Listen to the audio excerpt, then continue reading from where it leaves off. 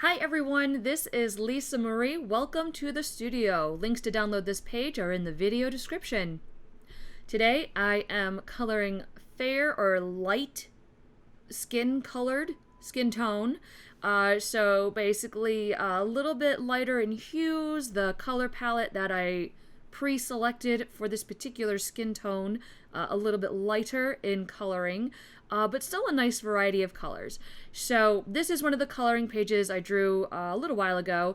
I love the concept of this coloring page, hugging herself, the sense of, self-love. Anyway, so for grayscale coloring and really any skin tone, you want to start with the concept of dark, medium, and light. And I say that a lot when I color grayscale too. It's as easy as 1, 2, 3, one dark color, one medium color, and one light color.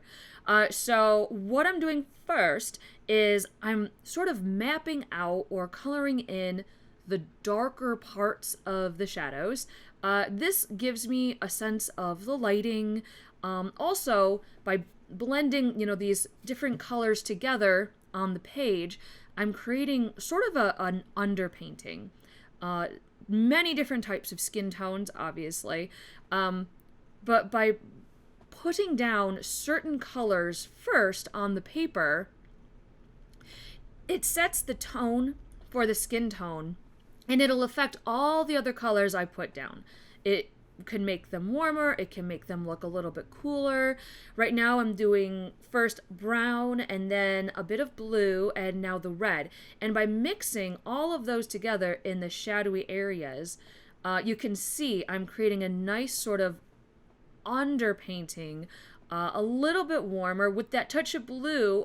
Blue is opposite, than orange or brown on the color wheel, so it's going to push the shadows a little bit more. But with that red also, it just makes a certain feel. Now I'm putting down, it's more of a salmon color. Remember, I'm going to put all of the colors that I'm using in the video description, so you don't have to guess colors. But the colors that I'm using, that I've put off to the side for this particular skin tone, a little bit fairer, a little bit lighter. There's a lot of pinks, a lot of light peaches, some light yellows.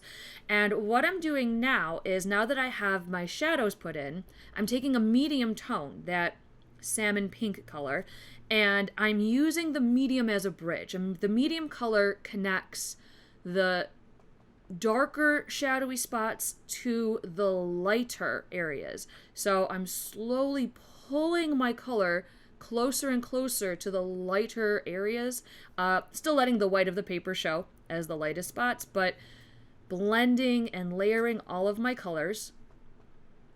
And especially with skin tone, there's the yellow. So by putting the yellow over all of this, see how I'm blending it right over the medium tones, it's giving it a warm, slightly yellow touch, blending with those other colors, so she doesn't look too pink. The yellow makes sure she doesn't look like she has a sunburn. And that'll really warm up that medium tone as I'm blending it right over all the other colors.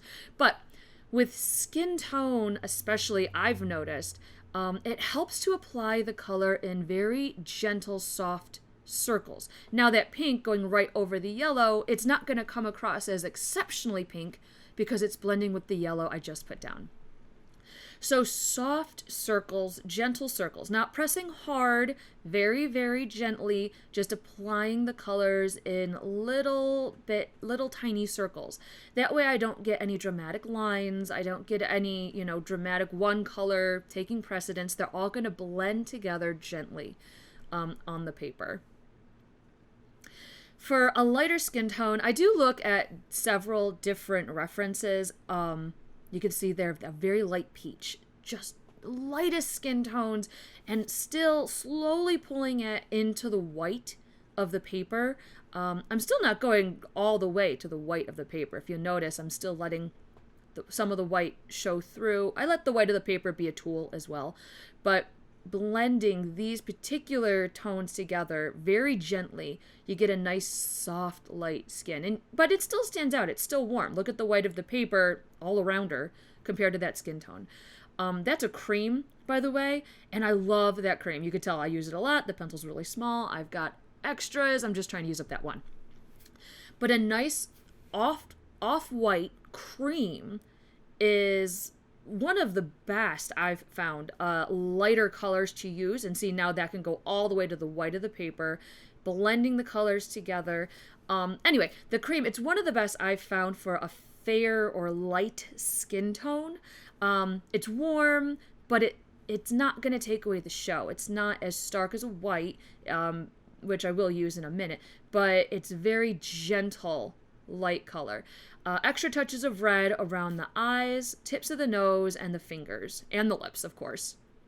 I use the same colors in the lips as I do in the skin tone just to make it look more natural. A great reference, by the way, for looking at lighter skin tones especially, there's a French painter. His name is Bouguereau, or William Bouguereau. He is a fantastic painter if you want to look at skin tones for realism, especially lighter skin tones. He does a lot of those. He does the same thing. A lot more reds around the eyelids, the tips of the nose, the fingertips. So he's a good reference for this particular type of skin tone. One painting of his, Britannica, very nice for lighter skin tone and fair hair. There's white. So again, a lighter skin tone, I'm going to push the highlights. But I'm also pushing the shadows, so you'll see that in a moment. And it's a cycle. I go over and over again, just slowly layering colors. And especially when I want things to be a lot lighter. You see there, my hands are a little bit closer to the tip of the pencil, but there it is. When my hands are further away from the tip of the pencil, I naturally press lighter. I don't press as hard. And that is very helpful, like with those rosy cheeks that I'm trying to do right there, to make sure the color doesn't fill up the tooth of the paper too quickly. So that way I can keep adding light, delicate layers of color. I am pushing the shadows a bit. You'll see how, especially around her arms and some shady spots, I push the shadows a little bit further, and that's okay. That's an indigo blue that I'm using right now to push the shadows, and you need that contrast, I've found. As even with fair color skin tones, light color skin tones, if you don't have some little spots or sections where the shadows are a little bit darker, then it doesn't really pop off the page, and you need that contrast to really notice how fair-skinned or light-skinned this particular skin tone is. And I know I'm focusing mostly on skin tone, but I'm going to do her hair anyway because, you know, it's there.